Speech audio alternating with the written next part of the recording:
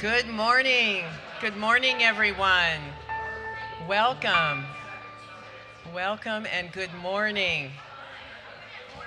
Hello. The place is buzzing. So happy to see you all. Welcome to the Center for Spiritual Living Cultural Coast, everyone. Those joining us here in the beautiful Sarasota Gardens Club Center, and those of you joining us on live stream or even later on tape delay, so to speak, on our YouTube channel and Facebook. We're so happy to have you here today. I'm Kathleen Frankert. I'm a licensed spiritual practitioner, and I greet you this morning with Namaste. Namaste. Namaste is Sanskrit, and it means the divinity in me recognizes and honors and greets the divinity in you. Again, we're just really happy to have you here this morning. This is the Center for Spiritual Living, Cultural Coast, and we invite you into this experience, this teaching of expanded consciousness of the divine presence within life. And we believe that there's something here that can be uplifting and supportive of whatever you're up to, or whatever may be a challenge or something that you're facing. So we're so happy to have you here. Our spiritual director, Reverend Teresa Fieberts, and her husband, Bobby Fieberts, who is our musical director. They're both away today. So we are pleased to have a guest speaker with us, who many of you know and love dearly, Satya Winkelman. Yes, yes. Cheers for Satya. Satya's name is a Sanskrit word for the word truth, Satya. I learned that in our talk this morning. She was telling me a little bit about her background in history, some of which you may hear during her talk today. But she was a former program director at Kampala Yoga Center in Massachusetts. Some of you may be aware of that. That's where she was most recently before she moved to Sarasota more than 30 years ago. Satya has presented improv here at our center, and more of that is coming, I hear, in the coming year. We're going to have more improv with Satya, so get ready for that. But Satya's 40-year career will make you tired if you read it. She's been a psychotherapist. She's trained as a corporate effectiveness trainer. She has board certification in psychodrama and group psychotherapy. She's a certified holistic health educator.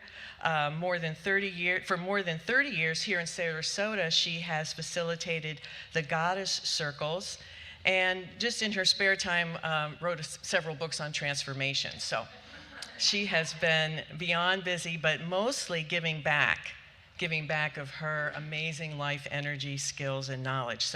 And she's here to share some of that with us today.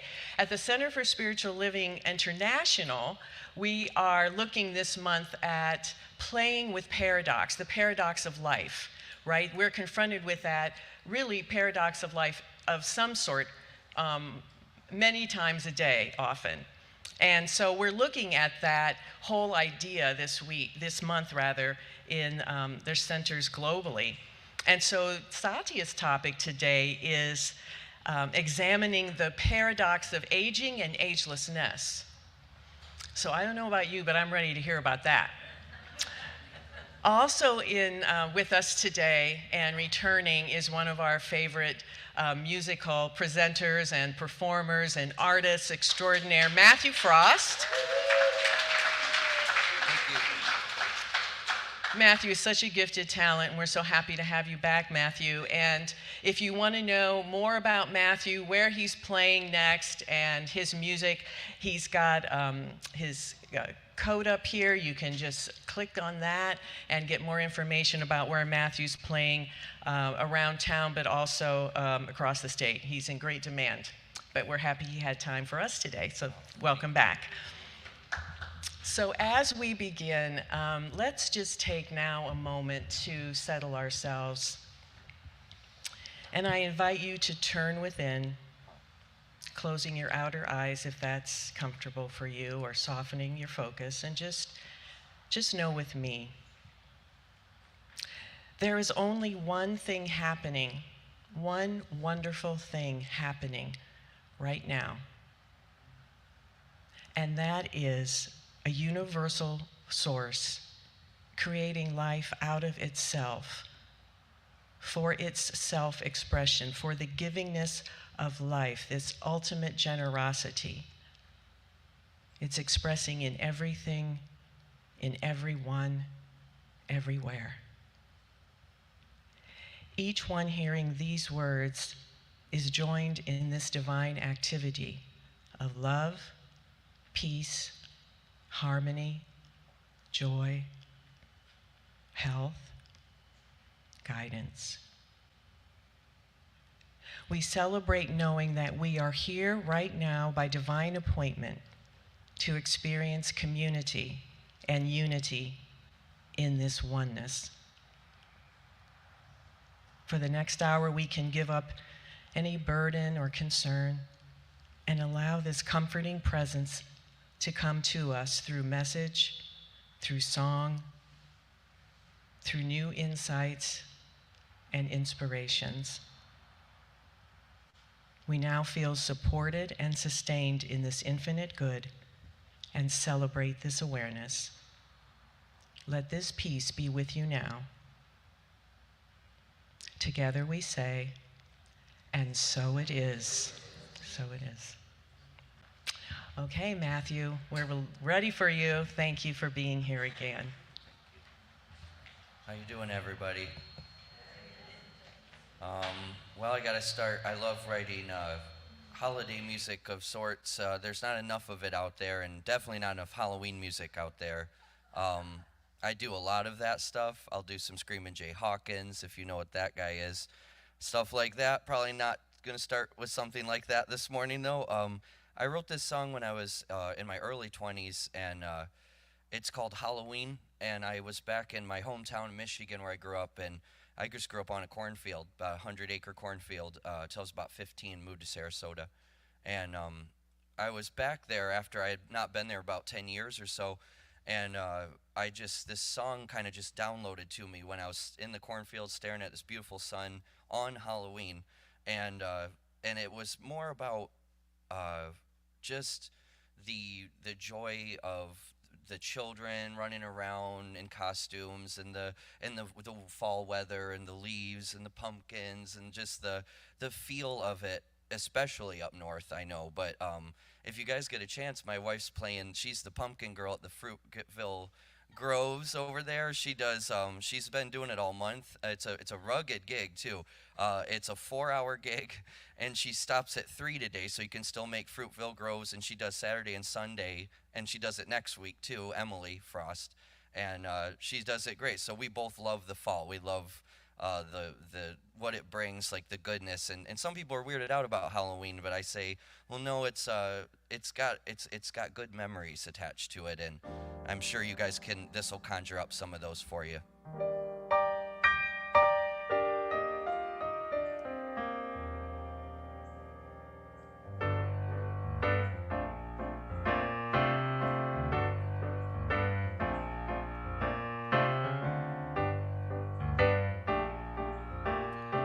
What a diva, this guy.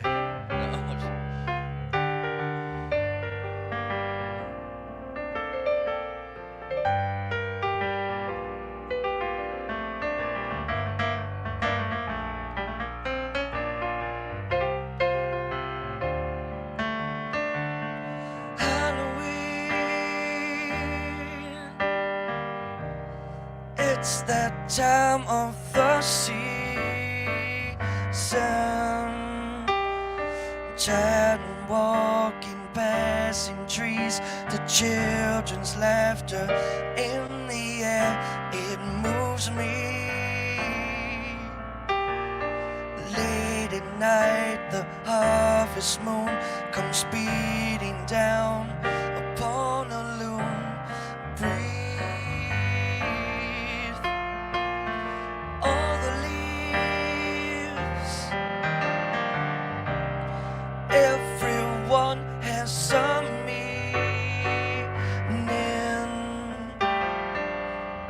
They float down from the sky.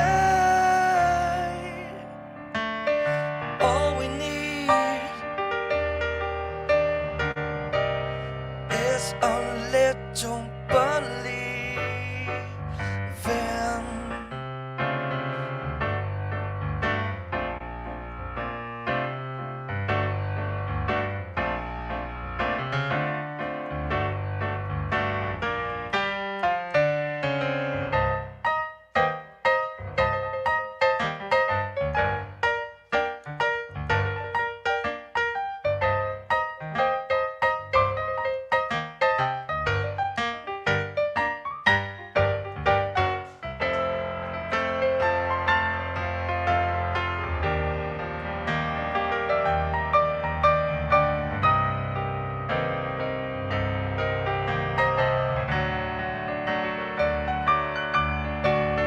Come with me, oh, and let's see what the wind has to say. Sound of geese throughout the eve, of fire crackles, blackbirds singing, daydreams. Beneath the sky, upon this earth, the birth of everyone who cherishes feeling. Coming breeze, it can feel so relieving. A chill may swell up in your eye. All we need is a little believing, freedom, a dream, wisdom.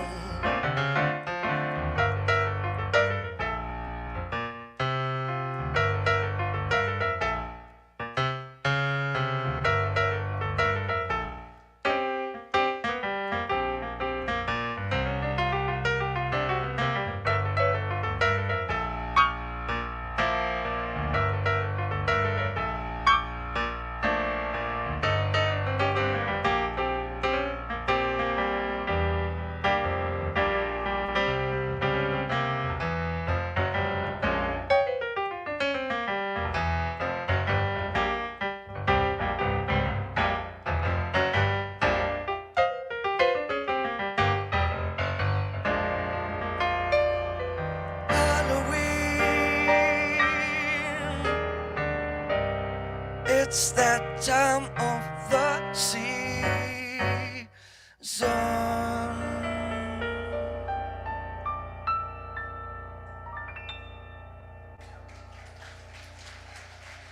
Thank you. Thank you.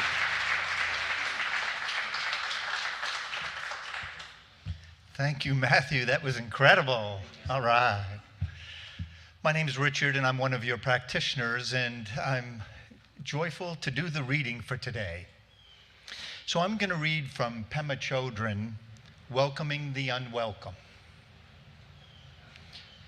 We usually think of birth and death in terms of the whole cycle this body goes through, which can take place over many decades.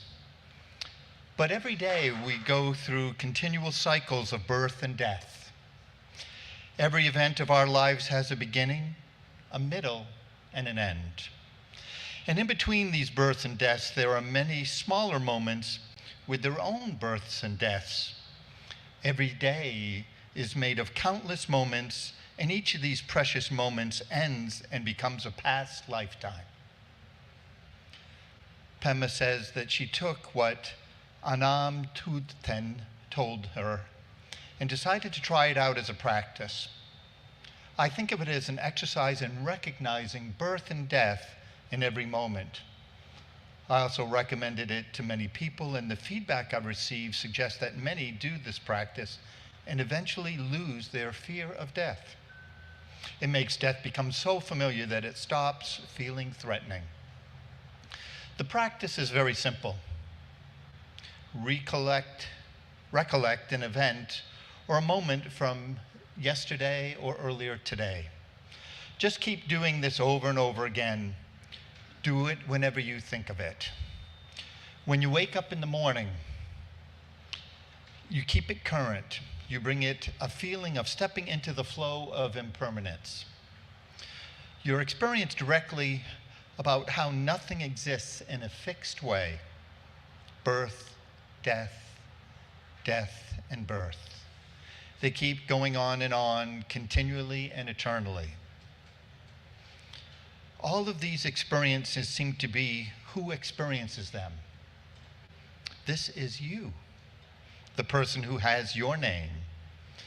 But as you contemplate birth and death in every moment, you start to realize that you and I have no fixed identities.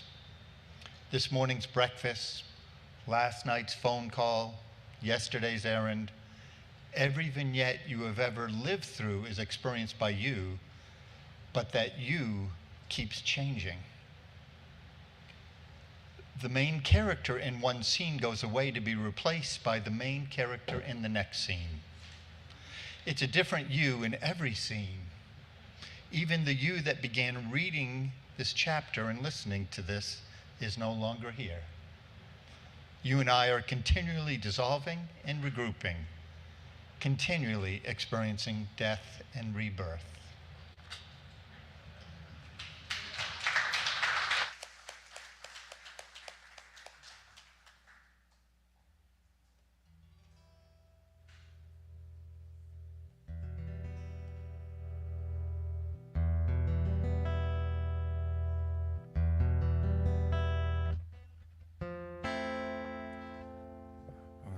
I got a new one I wrote recently on the trip me and my wife took recently, a little honeymoon there in August, and I wrote a lot at night where we were, which was in the Cherokee Forest. It's called Unicoi, Tennessee, just kind of in the middle of nowhere, really. And sitting outside there, just really felt some sort of downloads going on, and a lot of music in those mountains, a lot of darkness, a lot of light. There's a lot of history there, some terrible, some great, and you can feel it.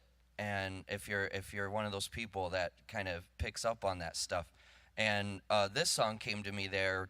I was staring at this mountain across the way, and there's nothing on any of the mountains there. That's what's different, because it's all Cherokee land forest, and so it's just this bare mountain. And your imagination, after many nights there, starts to wander. And I came up with this story in my mind. I was thinking of it. It's just kind of transcended over the course of nights about this wolf man that lives up on the mountain, and he's just a lonesome man, because the wolf, they would cry out at night, and you'd hear like hundreds of coyotes or wolves and dogs barking. It was pretty wild, and you'd hear it from the mountain, and I was thinking, what if there's a man up there, and he's just kind of this weird, strange creature that is shunned by society. And I've seen a lot of movies too, but I thought about, what if it was a love story, and he looks for love, and what if he meets somebody finally in his little weird, strange wolf world up in the mountain. And so what this really is a story of two lovers, very, very different people that meet, and they're kind of not a norm of society, but they meet each other, and in that they find peace, and they understand each other for their differences, and they accept it. And it kind of just turned into this sort of old tale or something, and I played it for some Tennessee people, and one of the guys goes, that's a, what did he call it? I forget. It was like a Renaissance song, like a minstrel, or I was like, that's not really what I was going for, but he was funny though. But it's called The Wolf Man, and I would think it's another kind of positive, good tune for the season, Halloween, and I haven't really performed this live, so hopefully it goes good. Love playing it though.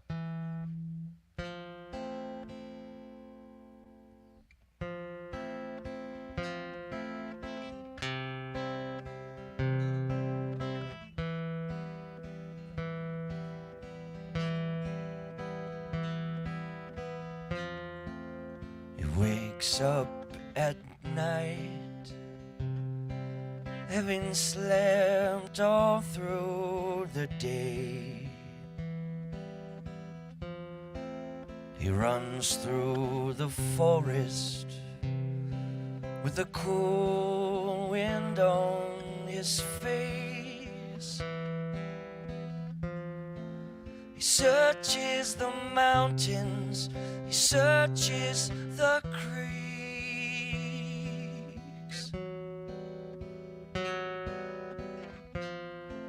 He cries out a lonesome, sweet melody.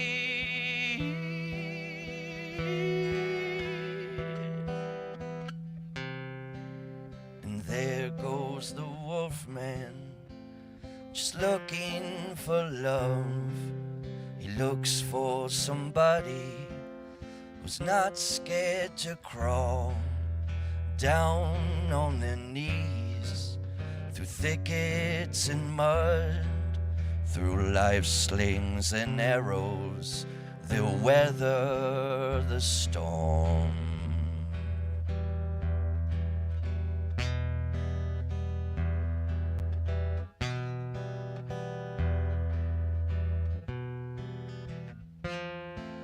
A girl from the city walked out to the woods one day to search for some solace from this loud and angry world. She searches the mountains, she searches the creeks.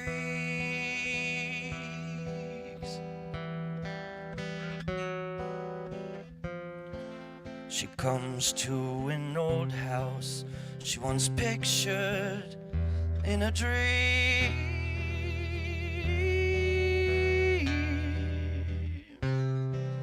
The girl from the city, she got down on her knees.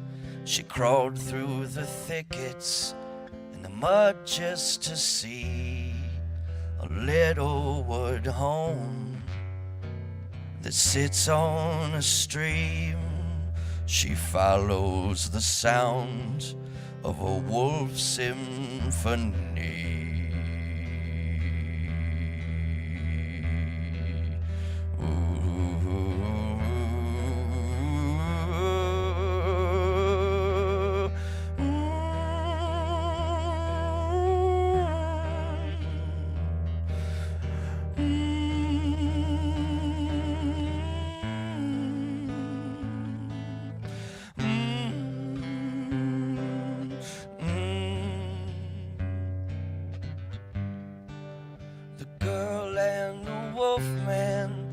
Came face to face.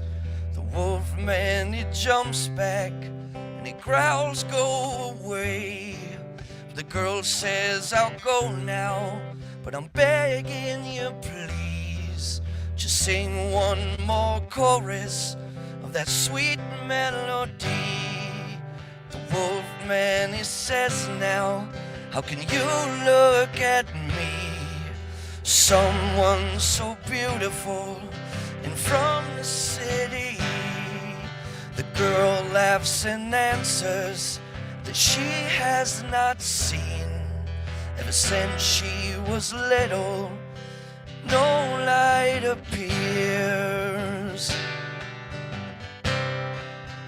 No light appears.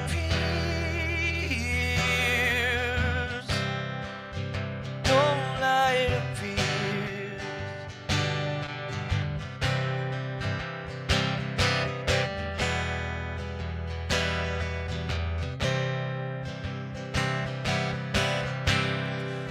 Then out of the darkness, the wolfman appears. For the girl who sees nothing, she has nothing to fear.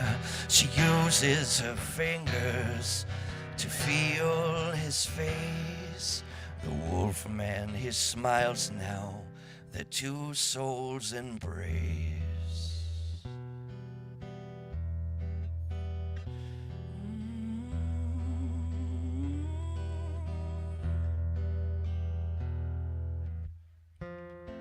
Now the girl and the wolfman, live together happily. They sing and they live life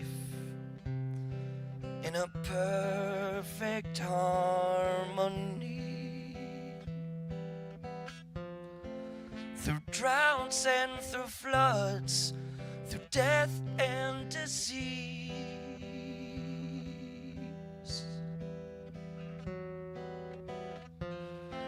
they lean on each other and they live their lives in peace.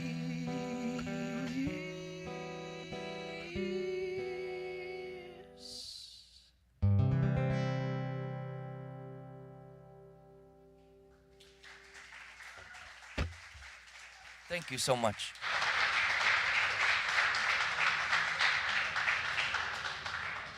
In case you didn't notice, the girl was blind the whole time. She found her way back there, crawled to him by listening.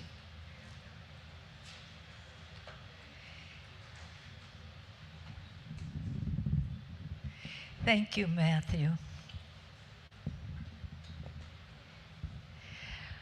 Well, this is exciting. My name is Satya, and I've been a member of Center for Spiritual Living since it started. As a matter of fact, I used to teach at Center for Positive Living many, many years ago. So I'm really excited and thrilled to be here. And I've done a lot of speaking and groups and so forth in my life, but I've never followed Wolfman before. So this is all new. And when Teresa called me and asked me to fill in for her today, of course, nobody can ever fill in for Reverend Teresa, but she said, aging and agelessness. And since I'm going to be 84 in two more weeks, she said, oh, you're the perfect one to speak on agelessness. So what I'm going to speak on actually is tell you a funny story about agelessness, or the paradox of aging and agelessness. And the paradox is that I died. So I did. I died. 4 years ago, I had a heart attack, and I had a heart attack on a treadmill at the physical therapist's. I never did like exercising. It's true. And I died. No, I didn't die there, actually. I went to the hospital and spent 4 days in ICU and another week in the hospital, so it was fairly severe. And they gave me medicine to take home when I went home. And just an FYI, they give you medicine, you know, I was 80 at the time, and they give you, it was a heart thinner or a blood thinner for your heart, and they give you medicine that is just a protocol medicine, what they're supposed to give you, and the amount they gave me was for a 40-year-old man, because that's how they test the drugs on a 40 or something year old man, and they gave it to a little 80-year-old woman. So I didn't know that. And I took the medicine when I got home and got weaker and weaker. And by the third day I was home, I was sitting at the dining room table with actually a physical therapist from Medicare who came over to see how I was. And I got so weak that she says, you better go over and lay on the couch. I was putting my head down on the dining room table. And I got up to walk over to the couch. She was there, and I fainted. That's it. And she immediately tried to take my pulse and my blood pressure, which was something like 40 over nothing. And that was it. So anyways, they George, and she got me to the couch, and I'm just lying on the couch. I'm out. But I could hear what was going on. They seemed to be nervous. I felt two things. The second I was lying there, I felt comfortable. Oh, that's nice. The sound went off. Ooh. I felt comfortable and peaceful. And I hadn't been feeling comfortable or peaceful in a very long time, especially after 10 days in the hospital. So I was just lying there, and I knew I was in my family room, and I just started floating up just as I was lying. Just straight out, floating up, feeling very comfortable and peaceful. And I looked up, and it was like gray, spongy clouds. That was it. And in the center of the gray, spongy clouds, it was a lighter gray.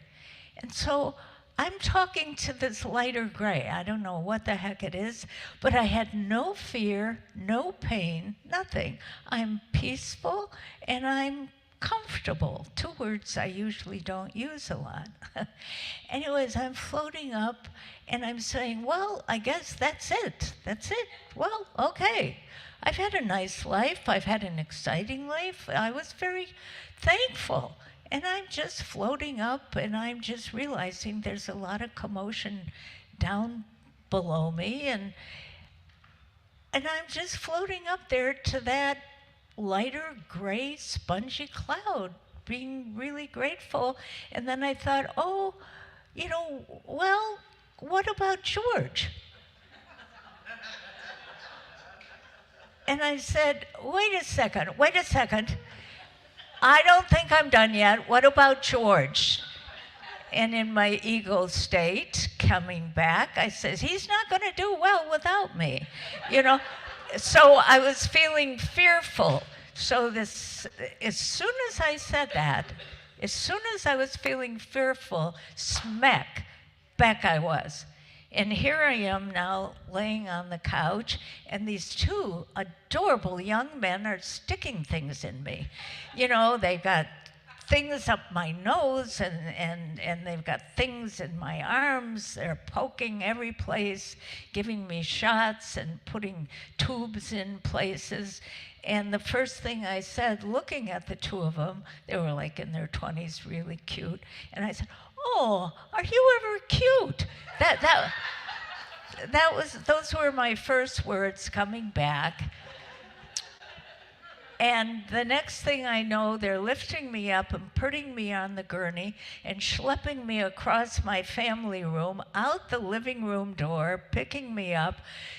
We get out the front door. They're going to put me in the ambulance, and I look and I see the neighbors' garbage cans out there.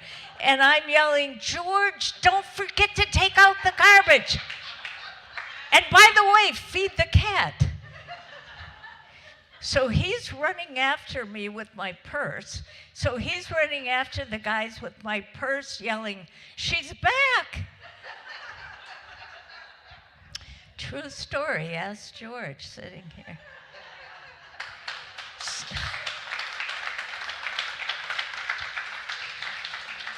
So I wanted you to know that there's no fear, no pain. It's just spongy gray clouds for me with lightness. And just like the Wolfman here said, there's light and there's terrible. That's what you use. There's light and terrible. And there's all of our life in between light and terrible. So when he yelled, she's back, I wasn't offended at all, because I know I'm a director. I've been a director since probably about 3 years old. And I'm a legitimate director. I've been directing groups and psychodrama and corporate executives for almost 50 years. And so I was appreciative. Yes, I am a director. I am helpful. I am caring. And that's what I was doing, yelling, take out the garbage and feed the cat. And so being appreciative of who you are and getting to this age to, or whatever age you are, to be appreciative of all your qualities and know that we are all perfectly imperfect, because perfection only lives in the dictionary. So, talking about appreciating yourself and your qualities and celebrating yourself, and I'm celebrating myself for coming back and feeling so grateful for that and appreciative of who I am. I was actually inspired to do this talk by my sweet sister friend, Laurel, sitting right there, who, on her 78th birthday just last week, wrote a love letter to herself. And I really encourage all of you to write a love letter to yourself. Because who else is there really, right? We come in by ourselves, we go out by ourselves, and it's so important to appreciate who you are with all the bumps, with all the trials and tribulations, because that's what makes our character. That's what makes who we are now. So I honor you so much and thank you for this, and I'm going to read you Laurel's love letter.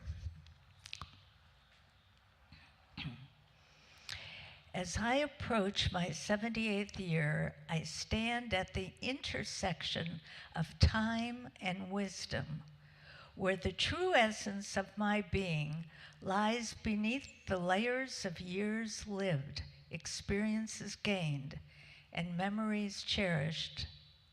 It's a remarkable journey that deserves to be celebrated, not only for the years I've accumulated, but for the woman I am. As I walk through the twilight of my years, I wear my wrinkles and scars like badges of honor. Each line, each mark tells the tale of a life well lived, a journey through the seasons of joy, sorrow, and everything in between. A story that continues to unfold. A reminder that beneath the surface, the essence of a person is a rich tapestry woven with the threads of time, the threads of experience, memories, and enduring spirit. In a world often fixed on superficial appearances, there's something profoundly beautiful about the aging process. It's a reminder that life is a masterpiece in progress. Each wrinkle and age spot is a mark of the laughter and the tears that have shaped my heart and soul. The creases around my eyes are like chapters in a book, written in the language of smiles and laughter. They speak of friendships forged, of shared moments that now shimmer like distant stars in the night sky. And the furrows on my forehead bear witness to the challenges faced, the lessons learned, and the strength gained through the trials of life. Beneath my aged skin lies the music of a heart that has known both the sweet symphony of love's embrace and the melancholy of notes of goodbye. It beats in rhythm with the passing of time, a testament to the resilience, the endurance, and the ever-present hope for tomorrow. The unique inner beauty which radiates from my soul deserves celebration. It's the kindnesses I've shown, the love I've shared, and the wisdom I've gained along the way. It's the way I've touched the lives of others, leaving a trail of warmth and inspiration wherever I go. My birthday suit, far from being just a physical vessel that carries me through life, is a testament to my determination and endurance. It is the canvas upon which my life's masterpiece is painted. I wear my birthday suit with pride, not just the one I was born in, but the one that carries the imprints of my life's journey. I remember that I'm a living testament to the beauty of resilience, the grace of aging, and the richness of my life. I celebrate laughter that still echoes in my heart, the dreams that continue to light my path, and the love that fills my days. Let our inner light shine brightly, both inside and out. Thank you, Laurel.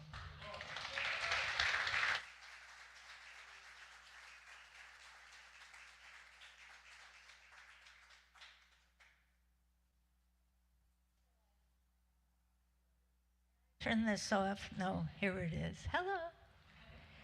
So I'd like us all to go inside and celebrate our inner essence, that life spirit that keeps us alive, that got you here today, that fills you with both sorrow for the losses that you've experienced, for the challenges and trials that life has given us, given all of us, and the lessons that we have learned and transformed into the love and the joy that we are now, that we choose to be.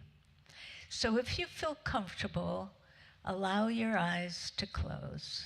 Allow your feet to be on the ground.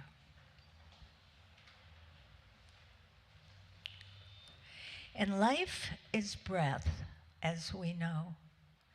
So start to take in a slow, deep breath. Real slow, really deep. Draw it in and hold it. Big breath in. Draw it in. That's the breath of life. And let it go. Let your shoulders go. Let your arms go. Let go of the holding. Let it go. And let your mind float to the remarkable journey that you've been on.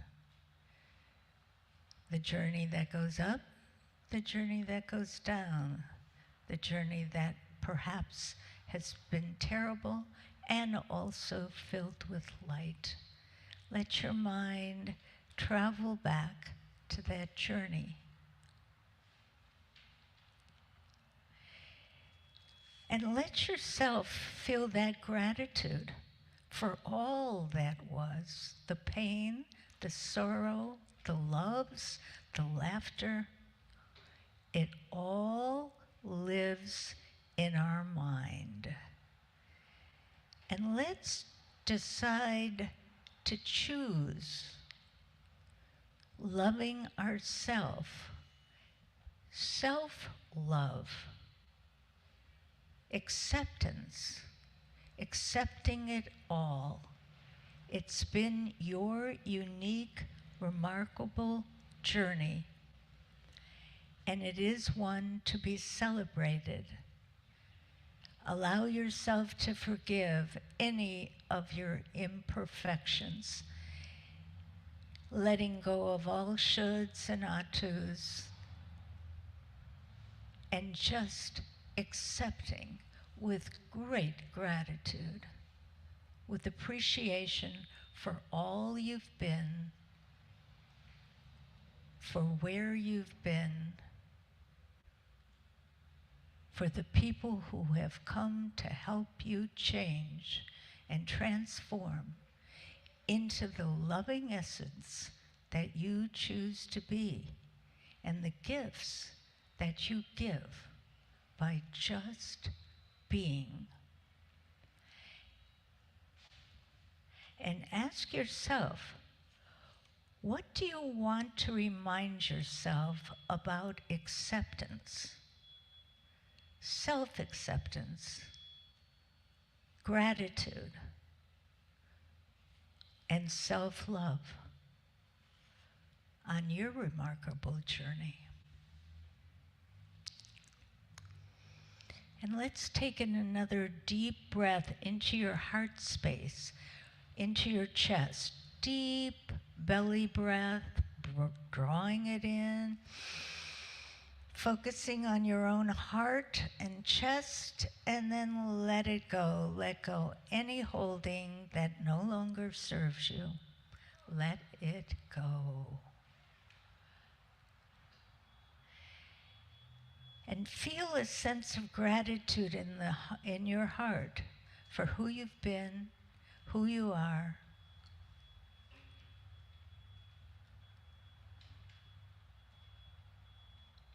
And the love that you have and the love that you share.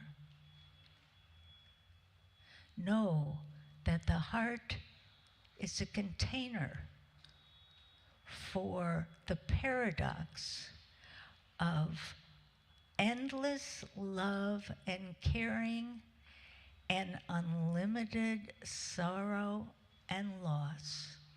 The heart contains them both. What a paradox.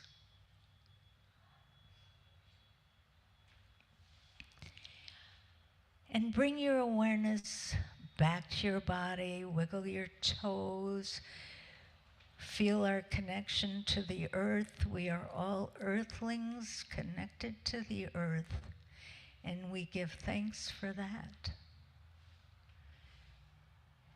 And bring your awareness back to the room, to your body. And I thank you all for being here. And I thank you all for allowing me to share this experience.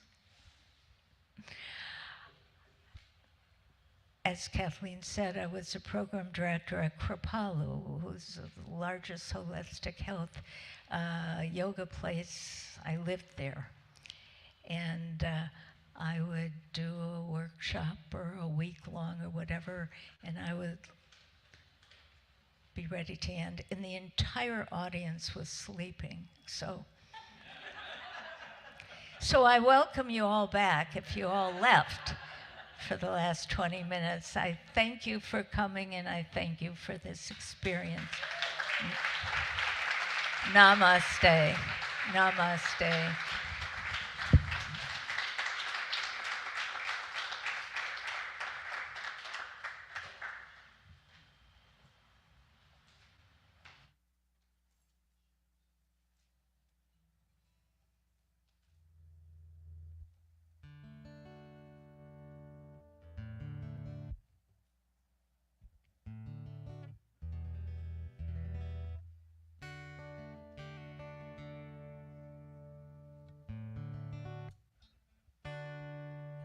All right. Wrote this song too when I was away on my last trip here in August. And it kind of goes really well with the talk. And this is a little bit of a different thing that happened though. My friend, she fell ill. One of my biggest fans around town of my band, and just one of my family friends too, fell ill, and she was as well in the hospital for 10 days with her family around, and she did not make it. But this is not a sad song. She knew because I played a concert for her dad, for her family, where I did a lot of the originals inspired by him. He was a great friend of mine. She knew that I talked to dead people. So since I've been a kid, she knew that I had that gift to not only commute, but get things from them like songs. I've done it many times with my wife's parents. This one was the most I could hear it the clearest, and because she knew. And so as she was sick in bed in the hospital, unconscious in a coma, I was getting things from her. I was playing music, like praying. My prayer is when I play, and I was praying for her, and I would just get these clear visions of her, and I'm thinking, is this just in my head?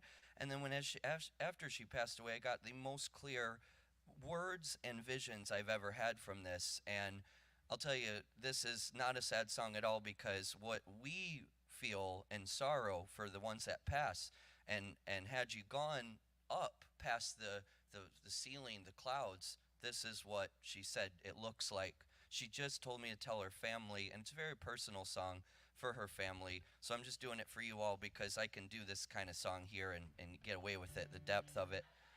Yeah, and I just really love it, and I want to honor Shonda Burgraff. She lost her life. She was only 49, but she had a really tough life and found so much peace and love, and ended with her family around. It was actually a really beautiful thing, but I mean, they're sad. It's a sad thing, but she told me this is to not be sad because I have no idea what I couldn't possibly fathom what it is like where she is. It's not anything like here. It's different. It's painless and it's free, and we don't know what that's like for 1 second here. So check this one out. It's a little bit of a story that I wrote for her just to tell you what happened, and then the rest of the words were written by her, given straight to me for her family. And I think just for anyone who's lost and just wants to know what's going on. And I love when people talk about it, because we all are like secretly like, what is that? What's going to happen? And I love this stuff because it's like, this is what it could be for some people.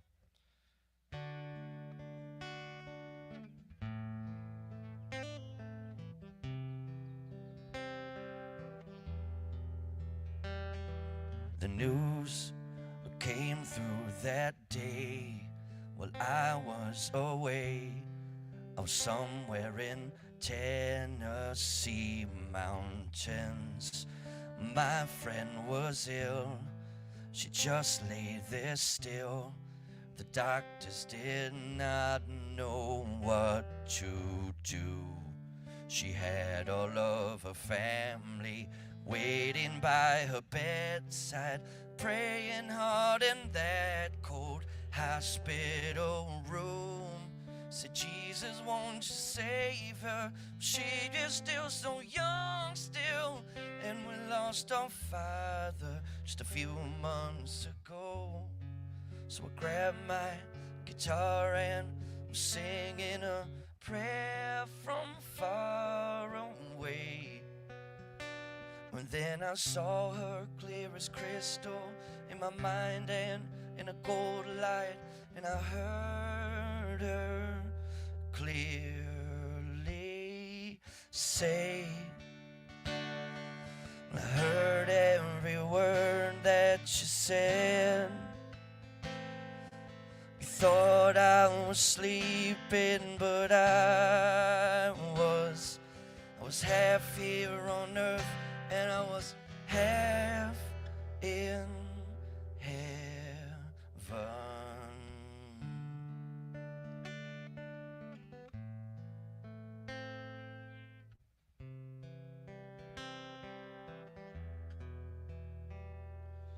10 days had went by. She fought so hard, but her poor body could not bear. Well, she passed away while I was away, and I just wished I could be there amongst her family, all those crying people. Oh my God, they suffer and they hold on to their faith, although they're bruised and beaten and in so much shock still. They still pray to Jesus, please let her soul be free. And that night I was outside in the moonlight, I was singing my blues away, when Shonda wrapped me in a warm light, and she appeared just like an angel, and she told me me to tell those ones who parade. When I heard every word that you said, you thought I was sleeping, but I was half here on earth, and I was half in heaven. And your prayers for me won't be in vain. I could see all your faces of pain, but if you could see where I am now, you wouldn't weep. There's a light that encompasses me, and I feel no pain, no worry. And I walk down this beautiful golden street, and I see Mom and Dad wait for me. Oh, oh, ooh, yeah.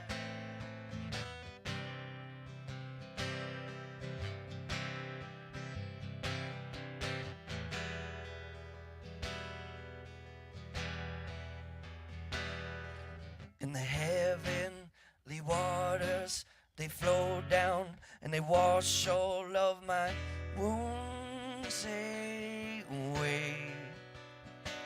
And all those rainbow-colored angels fly in circles all around me and sing my blues away.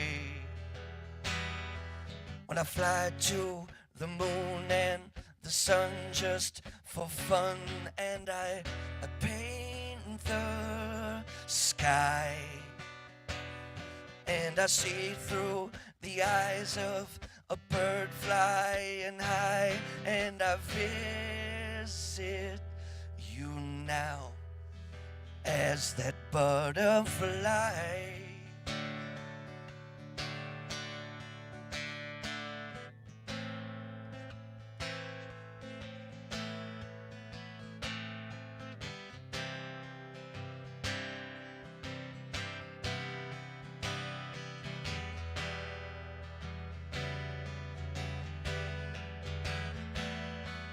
My dears, when I heard every word that you said, well, you thought I was sleeping, but I was half here on earth, and I was half in heaven.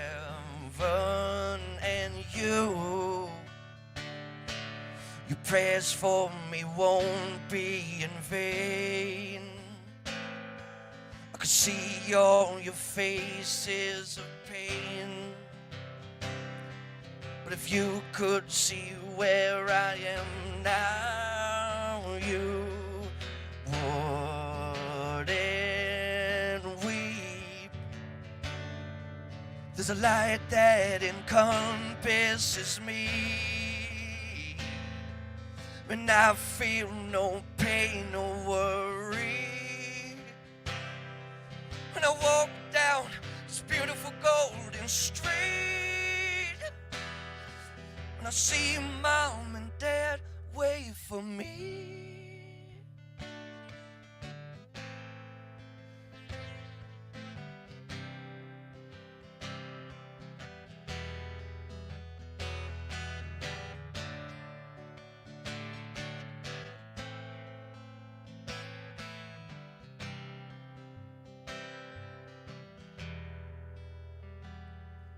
My dears, see, I heard every word that you said.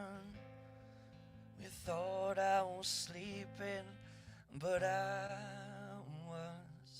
was half here on earth, and I was half in heaven.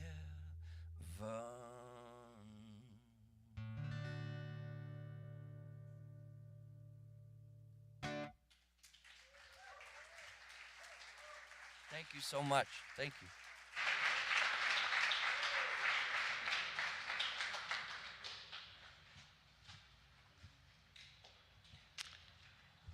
Thank you, Matthew, and thank you so much, Satya. What a wonderful reminder about aging gracefully and effortlessly, and remembering all of those great lessons that we learn along the way. And also, props to Laurel. There you are, Laurel. Thank you for that beautiful inspiration as well. We have so much talent here.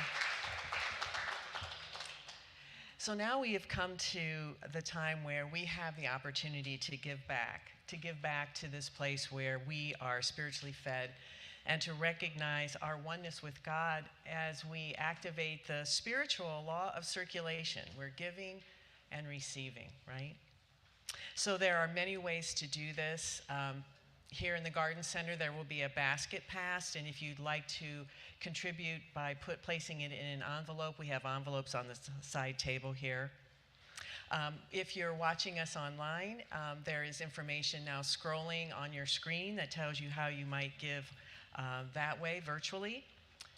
Or you might want to consider just making it easy to do set it and forget it through your online banking, so that there's an automatic payment every week. However you participate, I just invite you now to affirm with me as you do. My gift goes forth to heal, to bless, and to prosper. And the divine presence blesses and multiplies it abundantly. And so it does, and so it is. And Frankie and Diana are here to do our offering affirmation song, so please feel free to join in. You know this song, you live this song. I receive the gift of life and pass it on. I receive the gift of love and pass it on. I receive the gift of joy and pass it on. I receive all good, pass it on. I receive the gift of life, pass it on. I receive the gift of love and pass it on. I receive the gift of joy and pass it on. I receive all good, pass it on.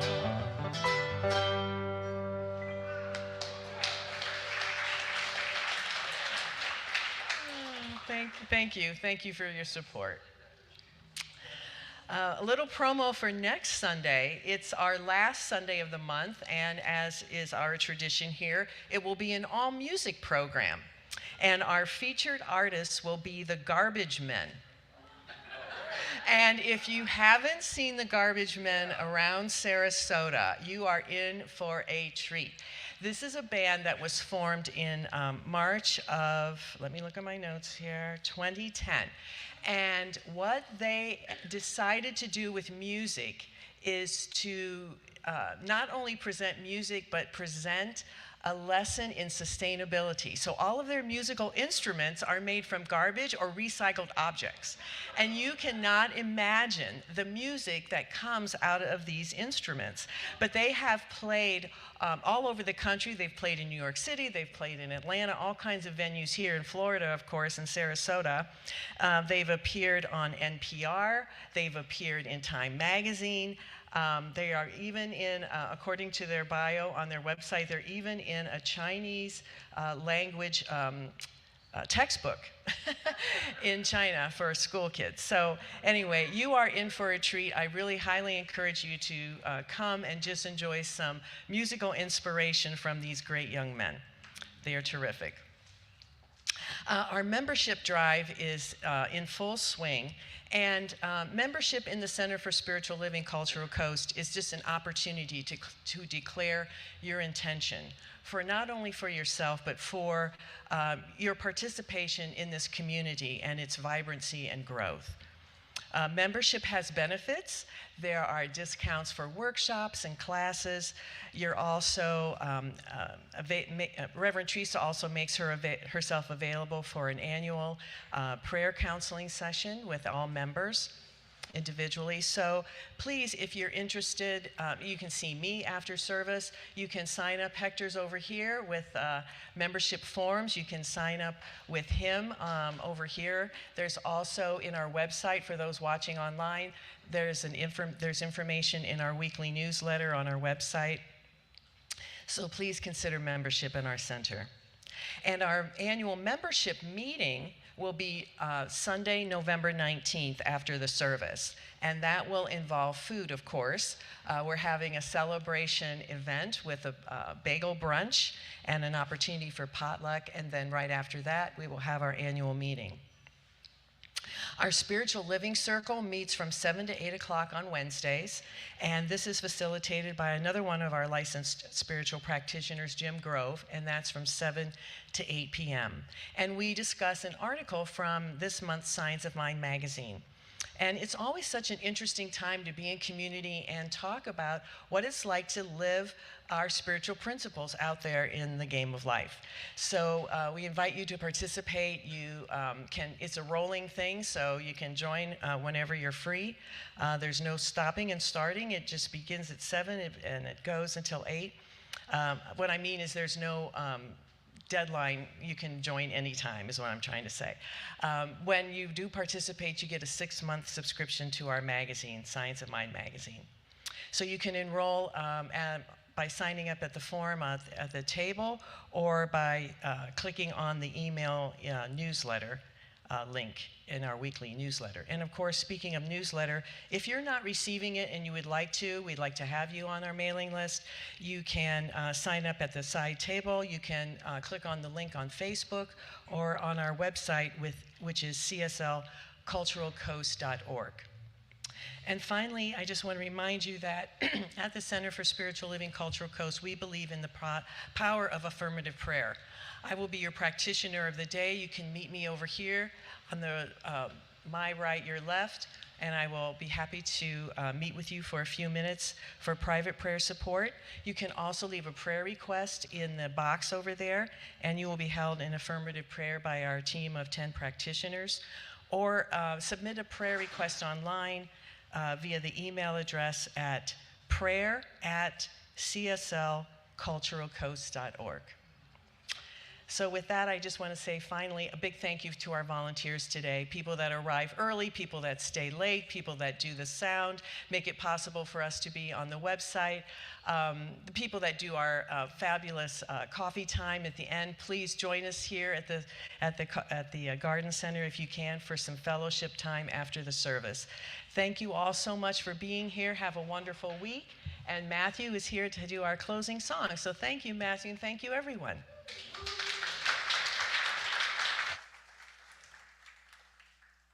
Give it up one more time for Satya's talk. It was great. Yeah. I love the love letter too. Give her another hand too. That was amazing.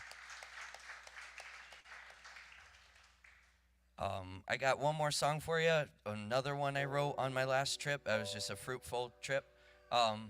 Should have been honeymooning out there writing songs.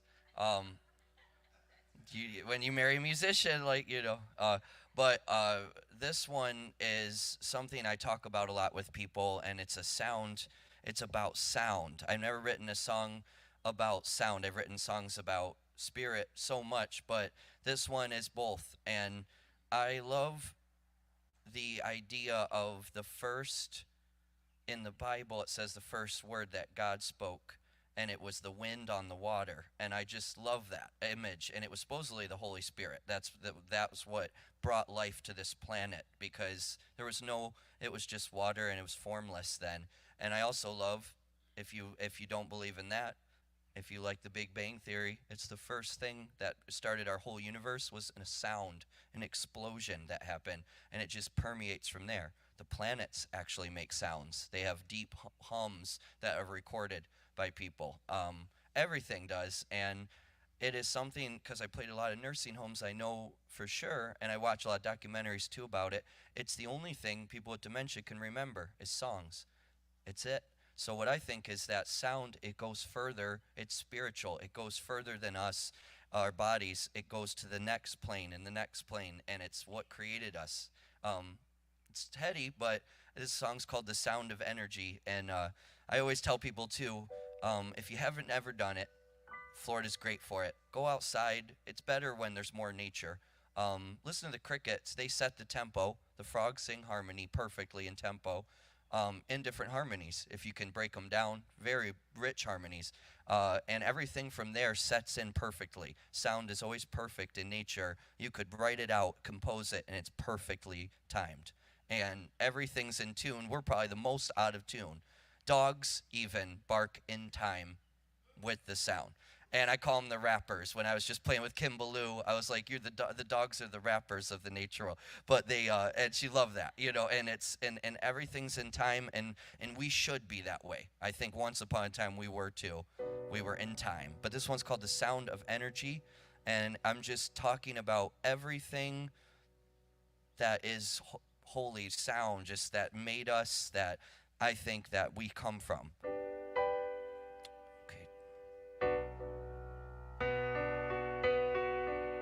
It's actually a short song too, which is rare for me, sorry. Wind on the mountain, a small child's laughter, bugs buzz in rhythm, those bird songs in the trees. Oh, the first word that God spoke was wind on the water, those waves that crashed the shore brought all life to existence.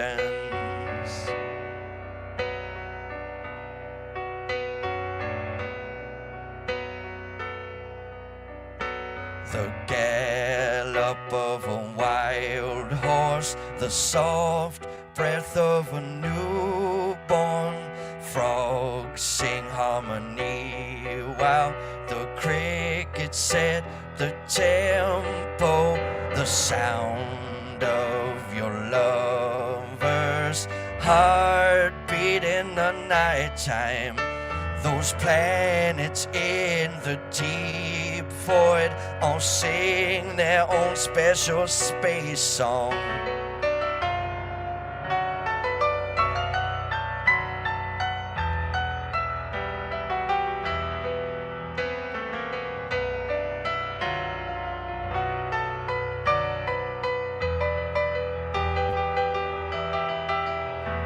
That first big explosion that started it all, that infinite symphony, the sound of energy. Ooh, ooh, ooh. That infinite symphony, the sound of energy.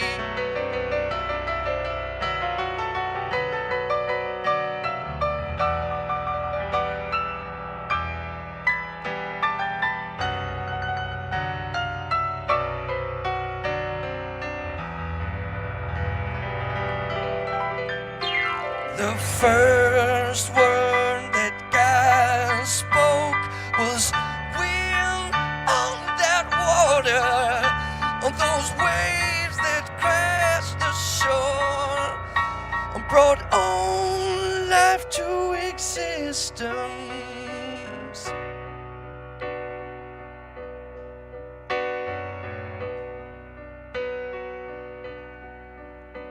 The rumble of thunder as the rain pours in the summer, that first word that God spoke, the soft coo of a white dove.